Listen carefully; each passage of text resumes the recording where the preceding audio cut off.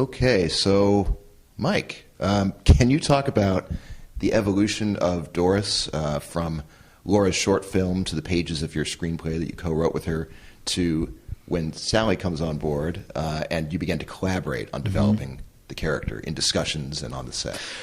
Well, yeah, so my co-writer Laura Taruso had made a short film called Doris and the Intern when she was at NYU Graduate Film School. I was actually teaching there. She wasn't a student of mine, but we were both there at the same time. And I saw her short film. I thought it was really funny, and we kind of became friendly and started collaborating on something. And it wasn't actually Doris that we started. We started working on a bunch of different ideas, and it was sort of like we tried this, we tried that, and we actually wrote an entire screenplay about Doris that is nothing like this movie. That we actually wrote a whole other movie about her. That we were like, this just doesn't feel right, and then we started from scratch, and we ended up kind of adapting the short film. So, and then it was during that, once we sort of got to that, it was when we started to really be like, well, this is right, this is feeling right, and we just started to invent a world around this character that was an amalgam of these sort of people in our heads that we had both known or seen or watched in various different ways, and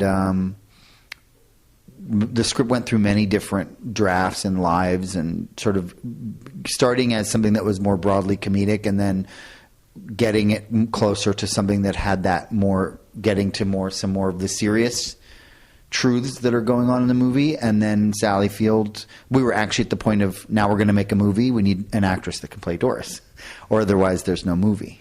And really in this case that was true. And so we threw a message into a bottle, and Sally read the script, and then we met, we talked, we started talking about the character, and then Sally has a whole process that she brings to the work that she does, and really bringing the character to life. And I sort of saw my job once I knew she was gonna do the movie, as like, whatever I can do to help her give the performance that she wants to give. That was how I saw my job, as like, whatever I can do to be of service to the work that Sally would be wanting to do on the role. And that's kind of my short version of it. You want to say anything? Well, maybe you can address what Michael was able to do for you to serve your process, and what your process is. Indeed. I have no idea, but I read the script. I loved the script. It was so unique. And then met Michael a few days later, a week later. We can't remember how long it was, but not long after that. And I knew instantly that I wanted to do this because he said, we'll make this work. And he kept saying, trust me, we'll make this work. Whatever it takes, we'll make it work. And I just did. And when we began to develop the character together, really through trying on clothes, that was how I started to find who she was. I was informing the ingredients from on the inside, her backstory, and we were kind of inventing a lot of that, and making it very specific as to what her history was and all of that. But it was when I started to play dress up with these racks and racks and racks of old, revolting clothes. And Michael would come in at the end of the day, and we, with the really brilliant costume designer, Rebecca Gray, we would show maybe the one costume we were able to put together out of, how many clothes? I had like 50 some odd changes in this tiny budgeted film. And then Michael went, yeah, I see that. And that was kind of the beginning of our collaboration, even as he began to see what was coming out of me. But the whole time, he maybe didn't feel it, but I've subsequently said to him, and I said to him during the whole time, I was really just, stirring up the pot and then kind of presenting it out there. And he very much shepherded the way she was being revealed. Even in just that, I knew he was there, and he could recognize when her voice was, on. she had a certain sound to her and a rhythm to her, and it was hard for me when you throw it out there to know if how her envelope was changing, if it still stayed within the realm of where she began. And it was Michael that was able to go, yes, good, on, okay, how about this, how about that? And it really was a collaboration. Yes, it was. Well, first let me say, you rarely get the opportunity to like talk about this stuff. Yeah. So when I'm given the opportunity, I take it. Yeah.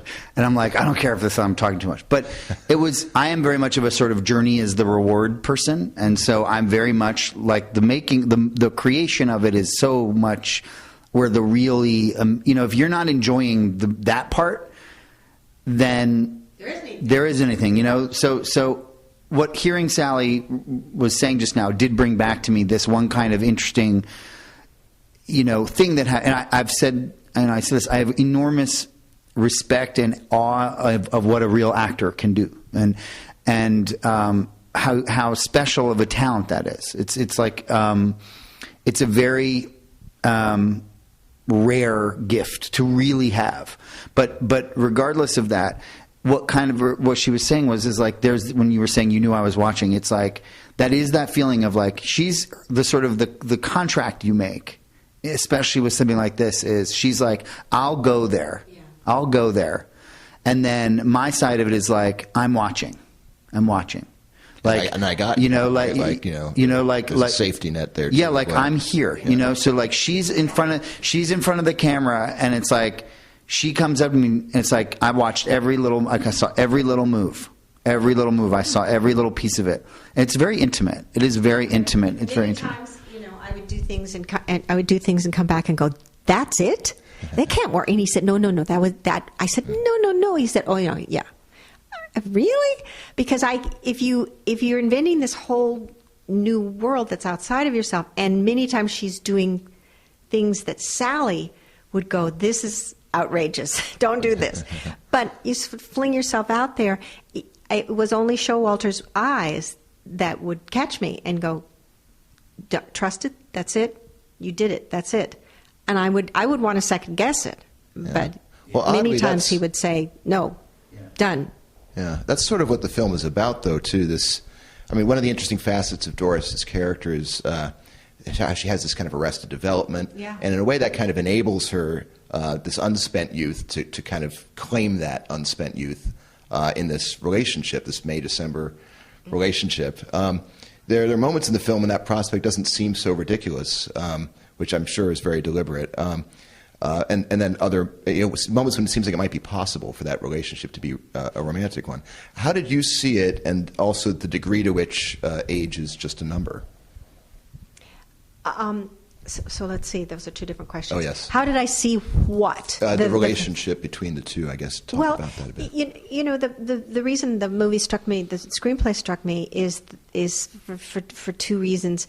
That now that I am in my late 60s, life is always these stages, and you're given credence that your adolescence into adulthood is a big stage, a lot of new areas and adjustment, and then your young adulthood and marriage and children. What a big stage that is, and how are you adjusting to being in the big bad world, and your career, your not career, what is, and so these stages are all like given credence. The thing is that those stages, they don't quit.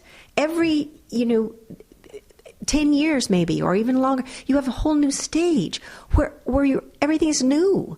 And you're trying to figure out, okay, how do I do this? Except they stop talking about it. You're not really looking at it, as being a stage anymore. You're now in your late 40s and your 50s and your 60s. You're an older person. Those stages are done, and you're on autopilot.